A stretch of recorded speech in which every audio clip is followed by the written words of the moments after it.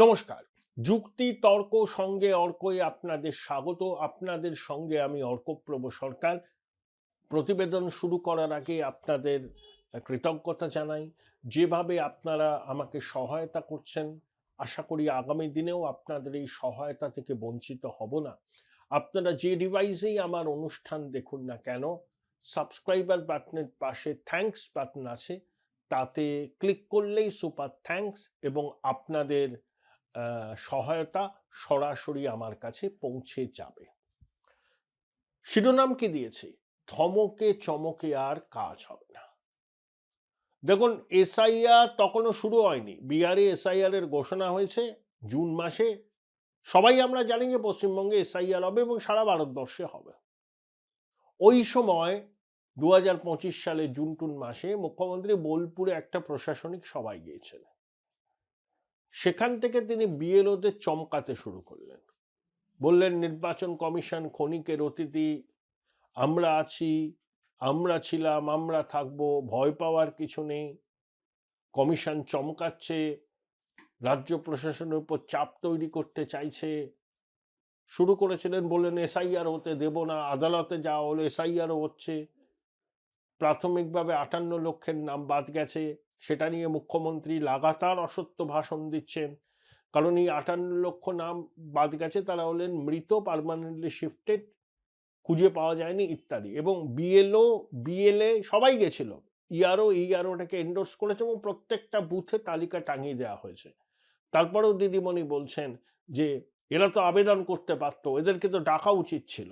বঙ্গেশ্বরী প্রলাপ বকেন, যতদিন যাচ্ছে স্নায়ুর উপর চাপ বাড়ছে, তার প্রলাপ বকাও অনর্গল শুরু হয়েছে। কিন্তু ধমকানি চমকানি রাস্তা থেকে তিনি কিন্তু সরছেন না। তিনি সংবিধান হাতে নিয়ে শপথ নিয়েছেন, তিনি নির্বাচিত মুখ্যমন্ত্রী। কমিশন সাংবিধানিক প্রতিষ্ঠান, সাংবিধানিক প্রতিষ্ঠানের প্রধানকে তিনি ব্যঙ্গ করছেন, ভ্যানিশ কুমার বলছেন, ভ্যানিশ হয়ে যাবে বলছেন। দুর্যোধন, দুঃশাসন, শকুনি মামা বলে যা মুখে আসছে সেই সব বলে আক্রমণ করছেন, কখনো কমিশনকে, কখনো বিজেপিকে। তো বিজেপিকে তিনি ঠিক আছে আক্রমণ করছেন, রাজনৈতিক আক্রমণ। কমিশন তার লক্ষ্যবস্তু। আসলে সমস্যাটা কি হয়েছে জানেন? উনি রাজীবা সিনহার মতো গৃহপালিত অনুপ্রাণিত আধিকারিকদের তো চান, যারা দিদিমণি যদি বলেন সূর্য পশ্চিম দিকে ওঠে, তারা সমস্যারে বলবে হ্যাঁ ম্যাডাম, হ্যাঁ ম্যাডাম, হ্যাঁ ম্যাডাম, সূর্য তো পশ্চিম দিকেই ওঠে, আপনিই তো ঠিক বলছেন। আরিজ আফতাব, রাজীবা সিনহার মতো গৃহপালিত অনুপ্রাণিত এই ধরনের আধিকারিকদের তিনি চান। তারাই তার রাজ্য পাটকে টিকিয়ে রেখেছিল এতদিন। কিন্তু কমিশন এখন সংবিধান মেনে আইন অনুযায়ী পদক্ষেপ করছে। এসআইআর তাদের সাংবিধানিক দায়িত্ব, ব্যাস দিদিমণি ক্ষেপে লাল। একের পর এক চিঠি দিচ্ছেন, করতে দেব না, জনগণের প্রতিনিধি হিসাবে তিনি আদালতে সওয়াল করবেন, কমিশন বিজেপির এজেন্ডা রূপায়িত করতে চাইছে, ব্যাক এন্ডে তথ্য প্রযুক্তি এআইকে কাজে লাগিয়ে নাম্বার দেয়া হচ্ছে, আইপ্যাক ন্যারেটিভ তৈরি করে দিচ্ছে, খোকাবাবু অপপ্রচার চালাচ্ছেন, মুখ্যমন্ত্রী যোগ্য সংবাদ করছেন। পুরোটাই স্ক্রিপ্টেড বাই আইপ্যাক। কিন্তু আপনি যত ধমকাবেন, যত চমকাবেন, এবার ধমকানি চমকানি দিলে চিড়ে ভিজবে না। কমিশন আপনার ধমকানি চমকানিকে উপেক্ষা করেছে। আপনি যা যা দাবি করেছেন, কমিশন একটা দাবি মানে। প্রথমে বলেছিলেন বিএলএ 2দের কেন শুনানি কেন্দ্রে ঢুকতে দেওয়া হবে না, কমিশন যুক্তি দিয়ে আপনার দাবি খারিজ করে দিয়েছে। উল্টে খোকাবাবু যেদিন গিয়েছিলেন 31শে ডিসেম্বর, কমিশন খোকাবাবুকে বলেছে যে এসআইআর কাজে যারা যুক্ত, বিএলও থেকে শুরু করে অন্য আধিকারিক, তাদের উপর শাসক দলের অনেকে চাপ সৃষ্টি করছে, ভয় দেখাচ্ছে, হুমকি দিচ্ছে, এটাকে বন্ধ করতে হবে। বিএলওদের বর্ধিত ভাতা কেন ছাড়া হয়নি, এ প্রশ্ন নির্বাচন কমিশন তুলেছে।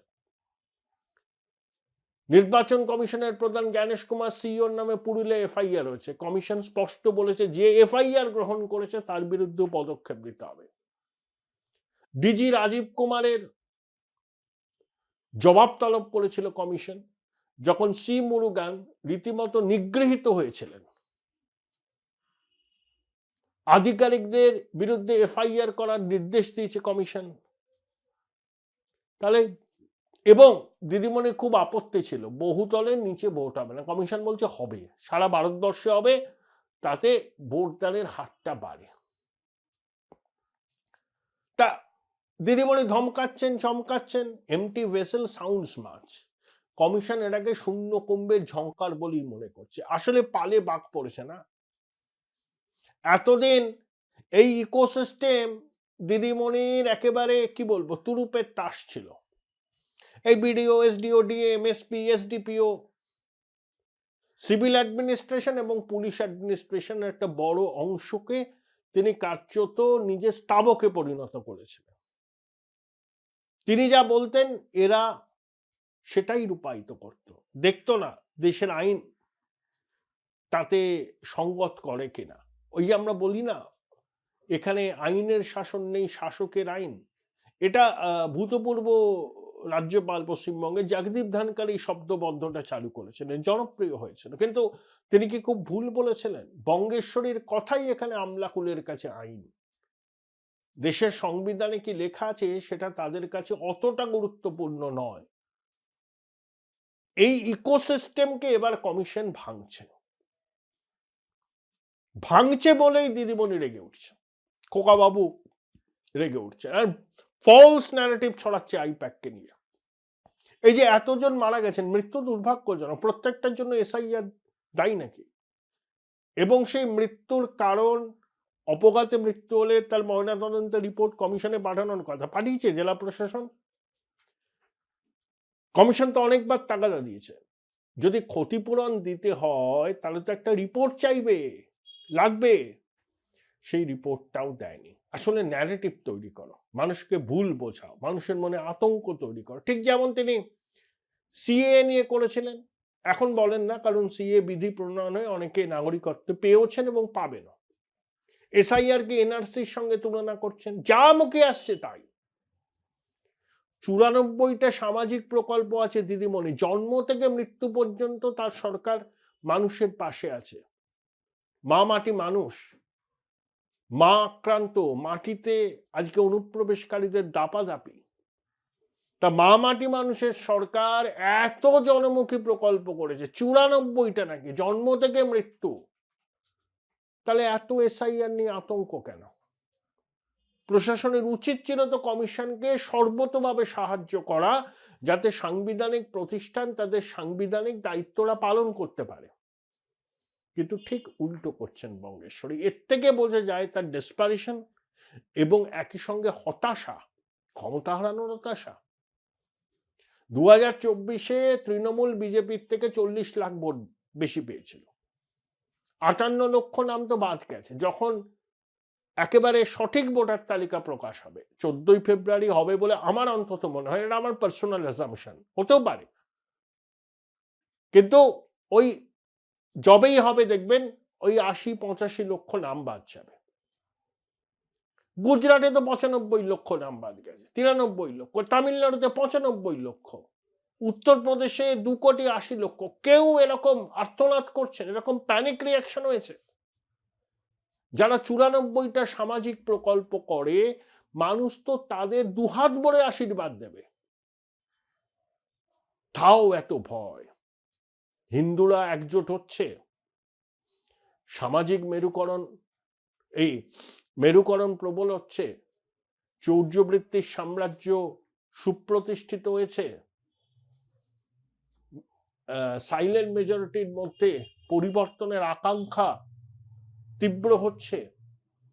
এগুলো মোকাবিলা করার অস্ত্র শাসকের কাছে নেই। শুধু সামাজিক প্রকল্প আর লক্ষ্মীর ভান্ডার দিয়ে বারবার নির্বাচনে জেতা যায় না, এটা বোধহয় আইপ্যাক বুঝিয়েছে। তাই এসআইআর কে নিয়ে নাটক করো, তারপর দিদিমণি তো আরো নাটক করবেন, ভোট আসলেই তিনি নাটক করবেন। আগের বার ভাঙা পায়ের খেলা দেখালেন, এবার দেখুন কি করেন। নাটক উনি করবেনই মানুষকে বিভ্রান্ত করার জন্য। জানি না এবার তিনি কি নাটক মঞ্চস্থ করবেনই করবেন। দিদিমণি বুঝতে পারছেন ছাপটা প্রবল। যতই উনি ধমকান চমকান কিচ্ছু হবে না কাজের কাজ। বেশি ধমকালে চমকালে নির্বাচন কমিশন এসআইআরটাকে স্থগিত করে দেবে, হতে পারে সাইনে ডাই করে দেবে, ভোটও হবে না। No SIR no vote. এই সরকারের মেয়াদ শেষ হলে রাষ্ট্রপতি শাসন জারি হবে, তখন নির্বিঘ্নে এসআইআর হবে। যে প্রশাসন এখন পদে পদে বাধা দিচ্ছে সেই প্রশাসন দেখবেন একেবারে কমিশনের জন্য নিবেদিত প্রাণ। তখন এসআইআর হবে, উৎসবের মেজাজে মানুষ গণতান্ত্রিক অধিকার প্রয়োগ করবে। সেই পরিস্থিতি হলে দিদিমণি তো সহানুভূতি পাবেনই না, উল্টে আসন 50-এর নিচে নেমে যেতে পারে বলে আশঙ্কা প্রকাশ করছেন তৃণমূলেরই অনেক নেতা একান্ত আলাপচারিতায়। তাই দিদি যতই ধমকান যতই চমকান, বুঝে নেব দেখে নেব বলুন না কেন, চিরে ভিজবে না। কমিশন সাংবিধানিক প্রতিষ্ঠান, তারা তার সাংবিধানিক দায়বদ্ধতা থেকে তাদের সাংবিধানিক দায়িত্ব পালন করবে। নান্য পন্থা এছাড়া আর অন্য কোনো পথ নেই। Join Indian Institute of Hotel Management now. Right choice, right decision.